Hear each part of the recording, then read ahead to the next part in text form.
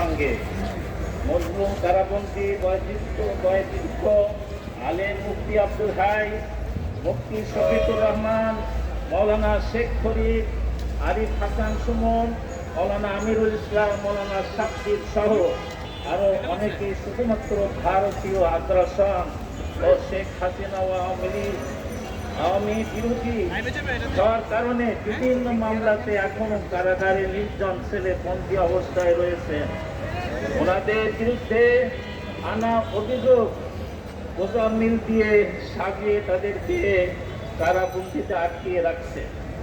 কোটালীপাড়া শেখ হাসিনা হত্যা প্রচেষ্টা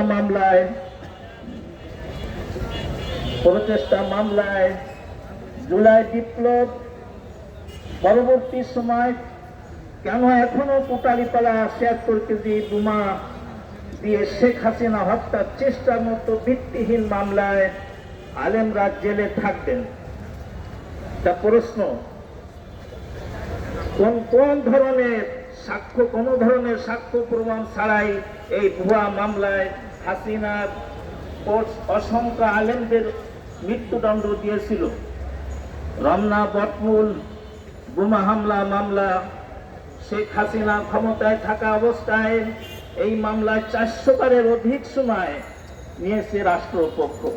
3 বার বিচারিক বেঞ্চ পরিবর্তন করেছে। যুক্তি তর্ক শেষ হওয়ার পর বারবার মামলা স্থগিত করে দিয়েছে, কারণ তারা অভিযোগ প্রমাণ করতে পারে নাই। কোন ধরনের সরাসরি বা পারিপার্শ্বিক প্রমাণ তারা হাজির করতে পারে নাই।